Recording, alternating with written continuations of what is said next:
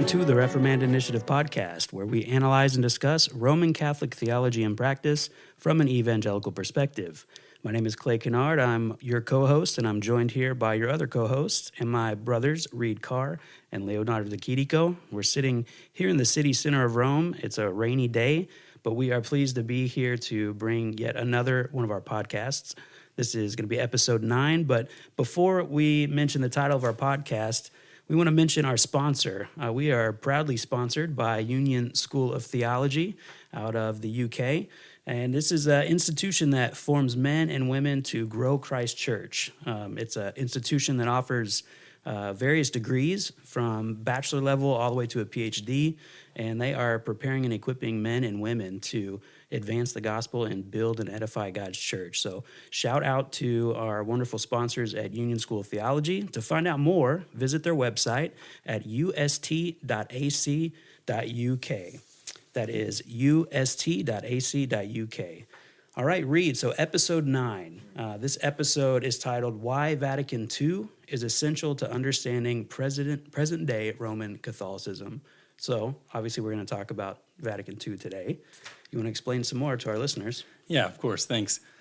Clay mentioned today that it's rainy in Rome, but in fact, it's so rainy that the mayor yesterday canceled school. So all of our kids are sitting at home, and we braved the rain to get here. But pray for our wives. Yeah, it doesn't happen too often that the schools get closed due to rain, and what they're anticipating is some high winds. We'll see. It was definitely raining this morning, and I'm not sure it warranted a school closure yet, but we'll see.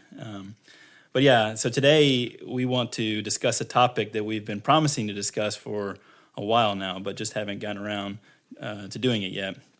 Well, we're finally going to do that today, and this particular episode will be a bit different than our previous 8, in the sense that while our prior episodes have been almost exclusively theological in nature, today's will be almost exclusively informative in nature.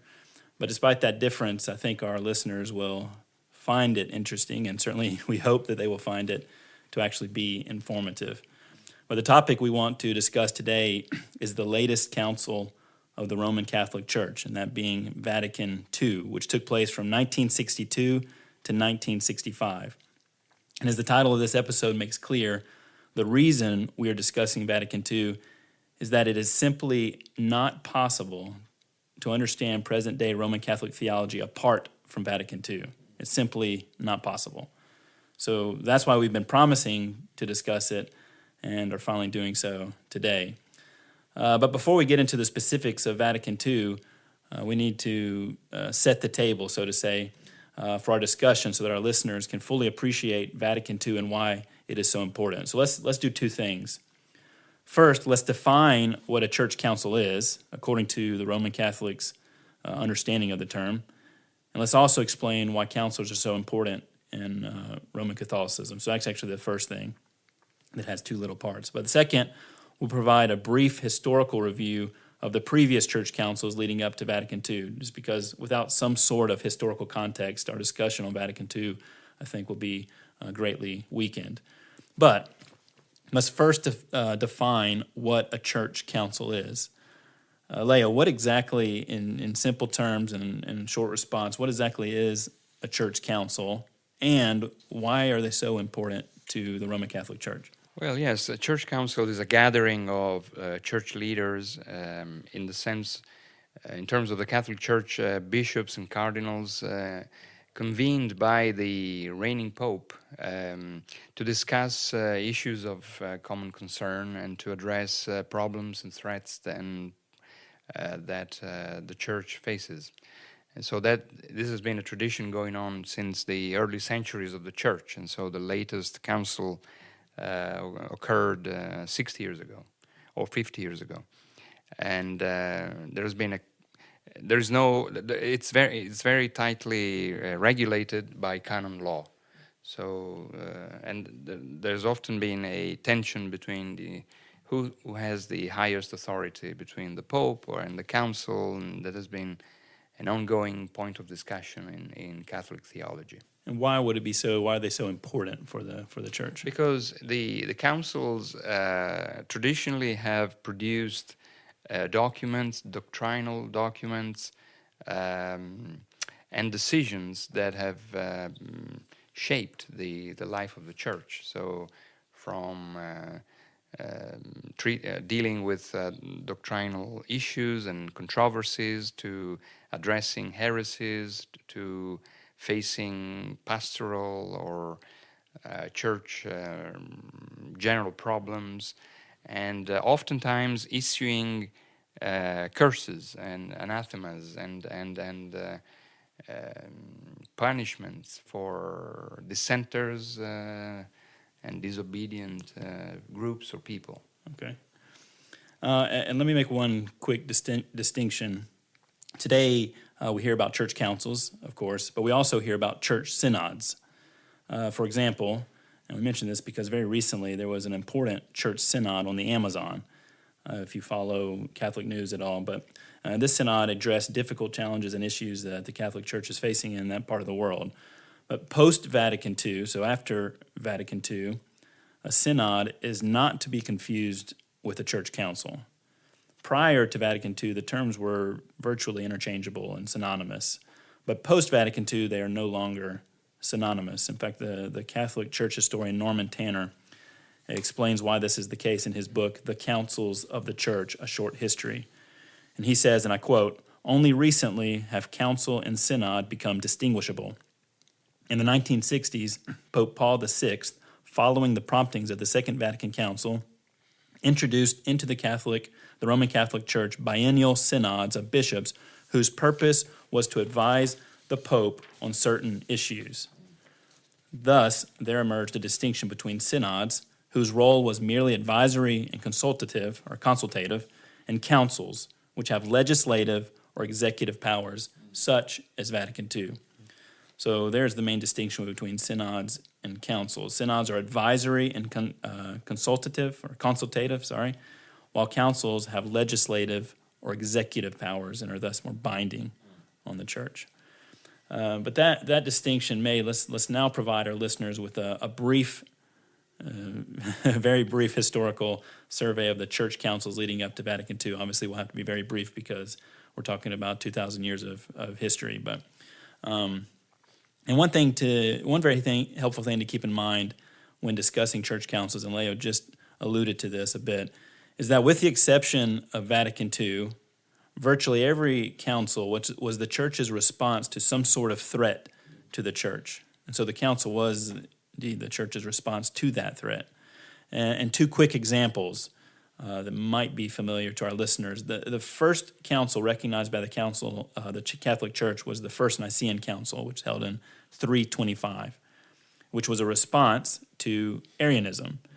And Arianism concerned the divinity of the Son of God, the second person of the Trinity. And so the council was a response to that doctrinal threat. And the Nicene Creed, I think, for example, was in part an answer to that. Second example is the Council of Trent, which met from 1545 to 1563. And of course, that was a response to the threat of the Protestant Reformation. So again, virtually all councils, with the exception of Vatican II, have been the church's response to threats. And that's one reason, which we'll talk about later, that Vatican II is so unique. But back to our brief historical survey of the church councils. According to the Catholic Church historian Norman Tanner, who I mentioned just a moment ago, the councils of the church can be divided into three periods. The first period includes the so-called ecumenical councils, of which there were 7. And the first was the First Nicene Council, held in 325, we just mentioned. And the last was the Second Nicene Council, held in 787. But in between, you have Constantinople I, Ephesus, Chalcedon, Constantinople II, and Constantinople III. So those are the ecumenical councils. And then you have the medieval councils. So this would be the second period. The medieval councils, which spanned from 1123 to 1517, and also included the 5 Lateran councils, which were all held here, right here in Rome. But it's important to note that more than 3 centuries elapsed between the last ecumenical council and the first medieval council. And it's also extremely important to note that the medieval councils took place after the Great Schism in the church, which of course resulted in the Eastern Church and the Western Church. And the Great Schism began in 1054, And as we know today, the separation was never reconciled. So now you have the Roman Catholic Church and the Eastern Orthodox Church. The Orthodox Church, therefore, does not recognize the medieval councils, but only the ecumenical councils. But we, however, are discussing the councils recognized by the Roman Catholic Church, but it's important to make that distinction. So whereas the 7 ecumenical councils from Nicaea I to Nicaea II were held within the Eastern Church, all of the medieval councils from Lateran I to Lateran V were held in Western churches. So 5 were here in Rome, 2 were in Lyon, France, 1 in Vienne, France, 1 in Constance, Germany, and 1 split between Basel, Switzerland, and Florence, Italy. And so those are the medieval councils. And then you have the third period, which are the councils of the modern era, which are, of course, only recognized by the Catholic Church. And these are the Council of Trent, which was a response to the Protestant Reformation, Vatican I, which was held from 1869 to 1870, and was a response to contemporary issues of the time produced by the Enlightenment and by challenges to long-held traditional beliefs on religion and reason and all of that, and which produced also the dogma of papal infallibility. And then there was Vatican II, which was held from 1962 to 1965, and is arguably the most important and significant church council of them all. So that is a very brief historical survey of the councils, but hopefully it will provide some helpful context for the rest of our discussion on the importance of Vatican II. But first, even before we get to that, there is one question that comes to mind as we review the church councils. And there has emerged some clarity concerning which councils are recognized by the Catholic Church but are not recognized by the Eastern Orthodox Church. But for our purposes, I think it's important to address how evangelicals and Protestants should view the councils.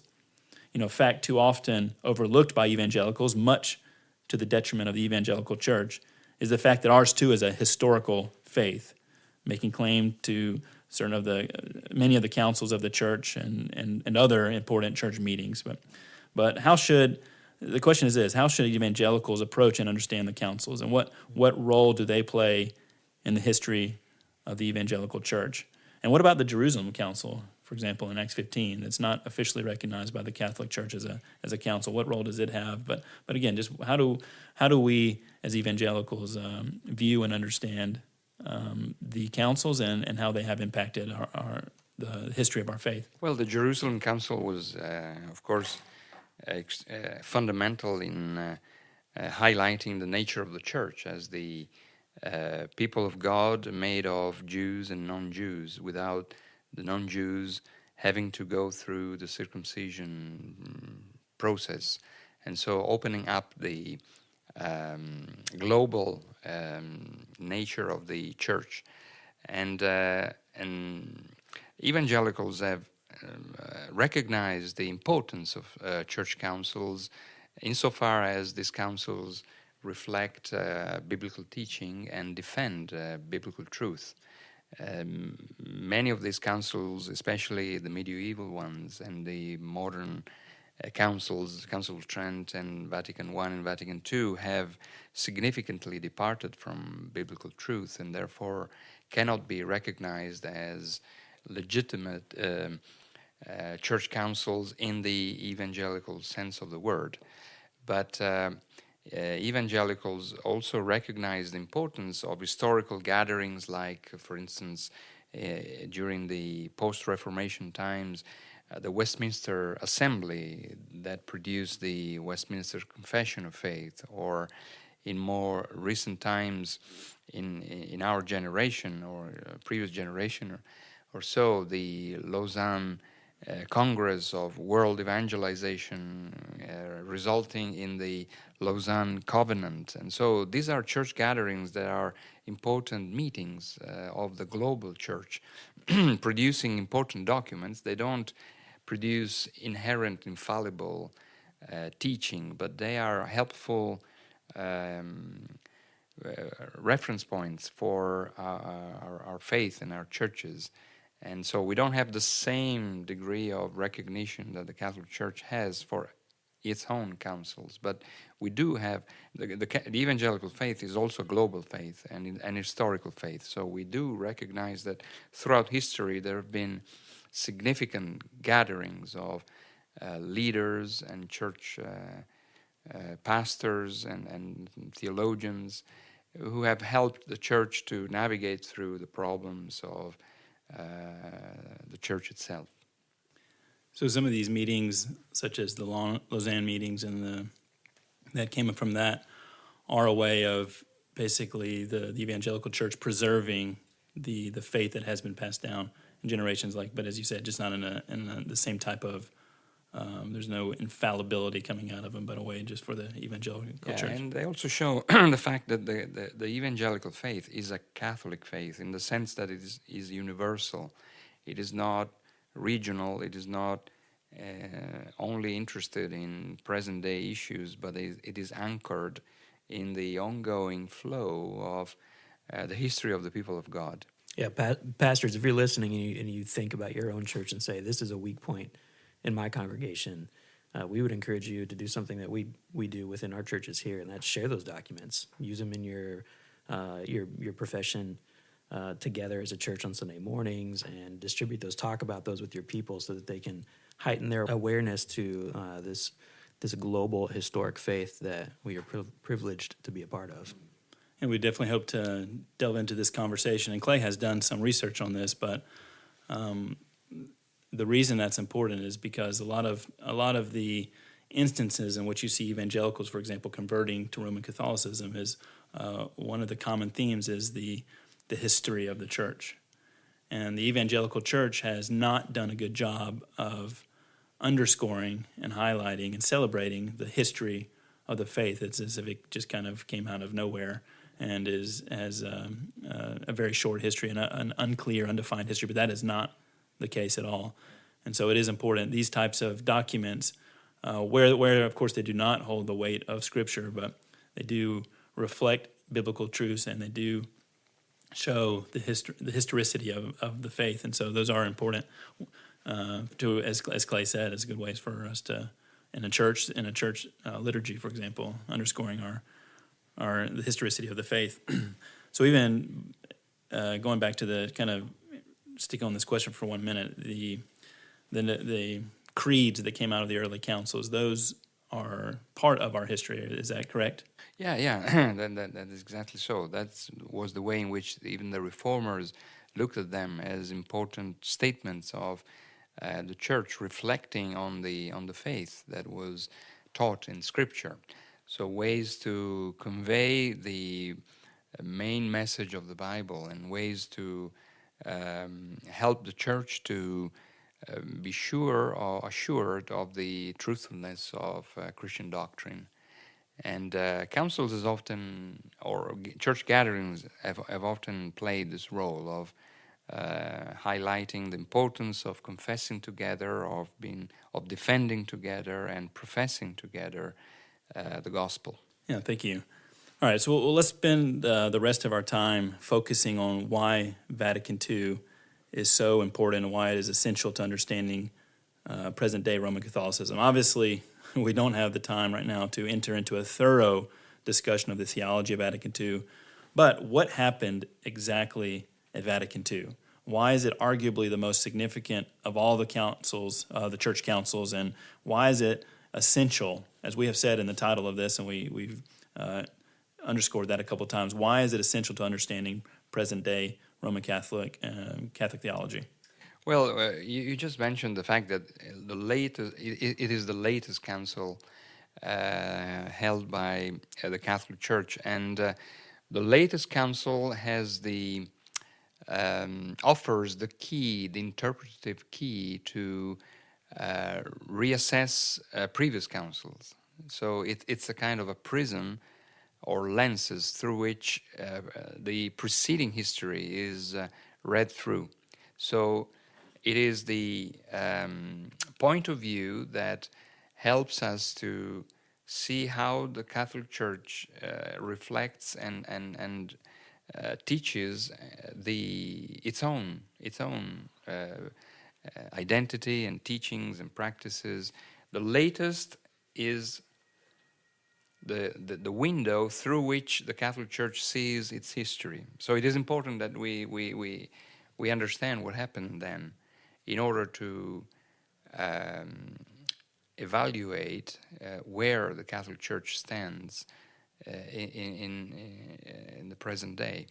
It is not correct to say that the Catholic Church, going back to previous councils, it sticks to them in the same way in which the Church sticks to the latest council, because the latest is the entry point to the previous ones. And so it's important to understand what happened at the latest council in order to understand the trajectory and the development and the ongoing flow of Catholic tradition and theology and spirituality. That raises a question for me. You talk about the development in understanding the previous councils leading up to the most recent. So that's to say that they don't contradict each other. Well, they're not allowed to. Yeah, they're not allowed to. They of course they contradict each other. Of course they say different things. Of course they actually use not only different languages, but they actually teach different things. One obvious example is religious freedom. For centuries, the Catholic Church has opposed religious freedom, and yet Vatican II says the Church approves religious freedom. This is a contradiction. This is a change of mind of the Catholic Church. But in terms of the internal mindset of the Catholic Church, there's always a sense of things unfolding, things developing, never contradicting. Or another example, the way in which non-Catholic Christians are referred to. In previous modern councils, Trent, Vatican I, they are called heretics, they're called enemies of the faith, and yet Vatican II speaks of them as separated brethren. Now, is this a development or is this a change of mind? Because we're talking about two very different things, and yet Vatican II is understood as developing the tradition rather than changing it or saying contradictory things. Of course, from the outside, when we see these things happening, we see the contradiction. But in terms of the internal frame of reference of the Catholic Church, these are ongoing instances of the ongoing development of the same one Catholic tradition. So the Pope, there was an interim Pope, correct? That was that opened Vatican II. Is that correct? John the 23rd. Yes. And then with Pope Paul VI, becoming Pope. He concluded So when Pope John the 23rd, the interim Pope, opened it, he spoke of the key word that was used for this council was aggiornamento, which of course is the Italian word for updating. So it was basically an updating of the church and its theology to the modern times. And we mentioned previously that church councils historically are responses to threats, and they issue anathemas, they issue curses. This council did not do that. And so what exactly was this? Tell us about the times in which, we're talking about 1962 to 65, what was this aggiornamento? What was the church doing here? It was after Second World War, in the middle of the 20th century, and the Catholic Church in the previous decades and centuries had developed a very antagonistic attitude towards everything that was not part of it. So the modern world, modern culture, human rights, other non-Catholic Christians, world religions, and science, social movements, and everything was an enemy. It was considered to be an enemy, an adversary to be fought against. And the Vatican II and John the 23rd understood that this attitude was basically leading the church to become a kind of a angry little religious group and losing the Catholicity, the ability of the church to be the global world embracing, affirming church that the Catholic Church claims to be. So it was an attempt to readdress the balance between the Roman and the Catholic dimensions of the Catholic Church. Roman Catholic Church, on the one hand, Roman, so very attached to Roman dogma, Roman canon law, Roman hierarchy, Roman structures, Roman discipline, Roman politics, Roman power, Roman papal power. On the other, the Catholic dimension of the Catholic Church, universal, affirming, friendly, absorbing, endorsing, etc. So for many centuries, the focus of the Roman Catholic Church had been on the Roman side of its own identity. So the anathemas were all expressions of saying, if you're not with us, you are against us. If you don't endorse what we say, you are cursed. That was an affirmation of the Roman side of the Roman Catholic Church. But John the 23rd understood that in the modern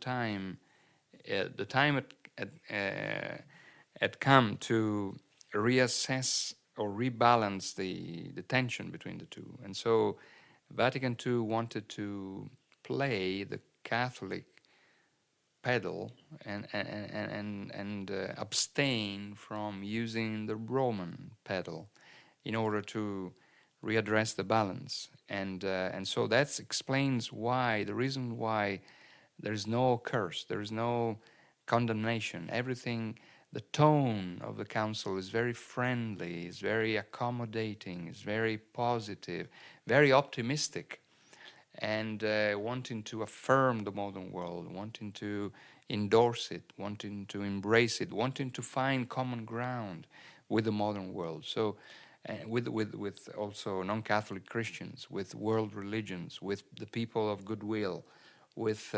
social movements, with science, with whatever in modern society. So it was an important readdressing of that balance that resulted in a Catholic Church having a different face, friendly,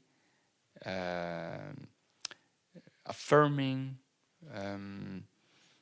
embracing, rather than being angry, antagonistic, and fighting against others. Which sounds nice. And in several of your conferences where you've provided an evangelical assessment of Pope Francis, you describe him as being probably the first pope since Vatican II to fully embody Vatican II theology. And we see that in the way that he engages with the world and religious leaders from even non-Judeo-Christian religious backgrounds. So, for the first time, Vatican II didn't issue any doctrine or dogma, didn't want to address doctrinal issues. Of course, there are some documents more doctrinal than others, but it wanted to have a pastoral tone, wanted to have a friendly tone, and resulting in no one being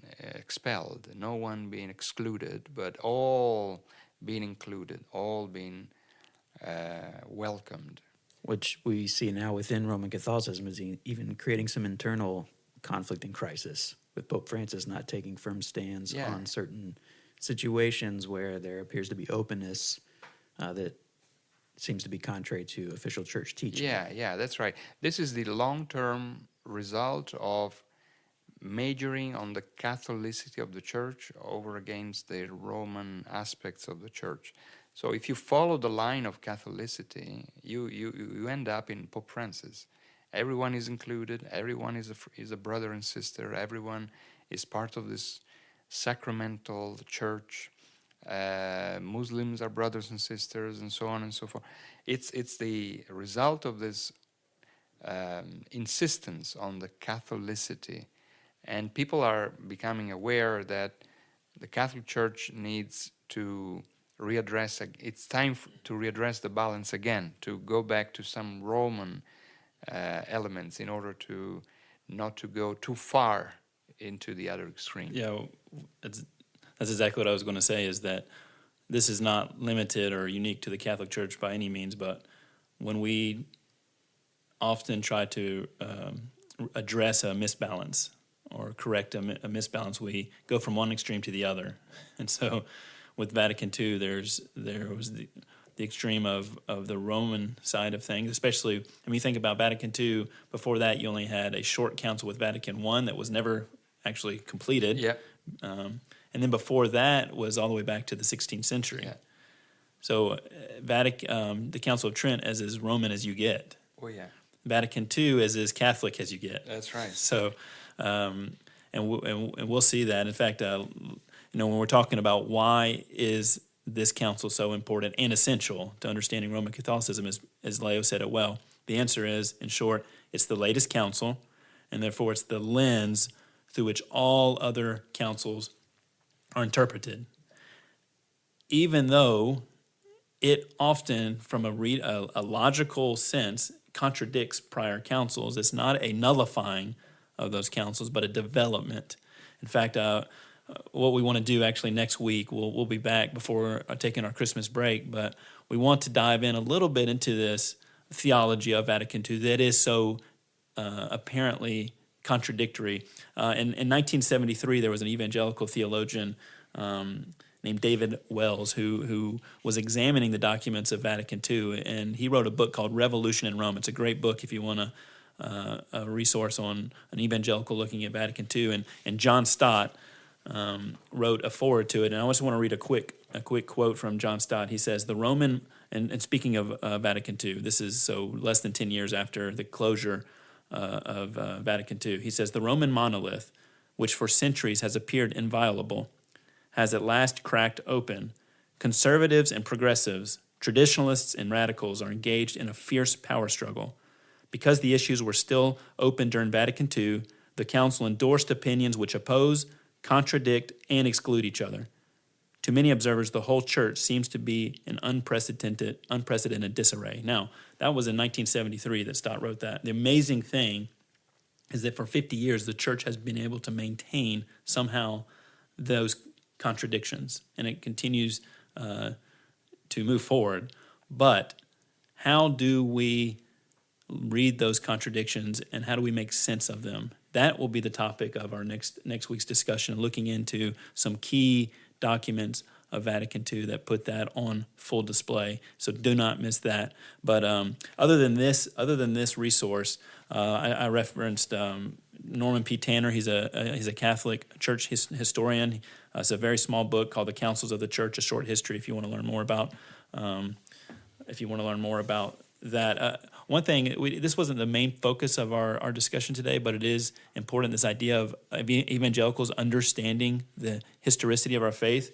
And there's a great professor of theological studies at Covenant College in Lookout Mountain, Georgia. His name is Kenneth Stewart, and he wrote a book called "In Search of Ancient Roots: The Christian Past and the Evangelical Identity Crisis." Yep. That's a great resource for evangelicals to look at, especially leaders and pastors who are need to underscore the importance of the historicity of our faith. Yep. Any other resources come to mind directly, or?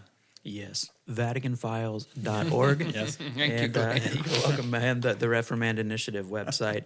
Specifically, if you go to the VaticanFiles.org website and go to resources and look at previous articles, you're going to see Vatican II in many of the titles. So you're going to see a lot of valuable work that Leonardo has poured into understanding and analyzing Vatican II and post-Vatican II theology and practice on our website.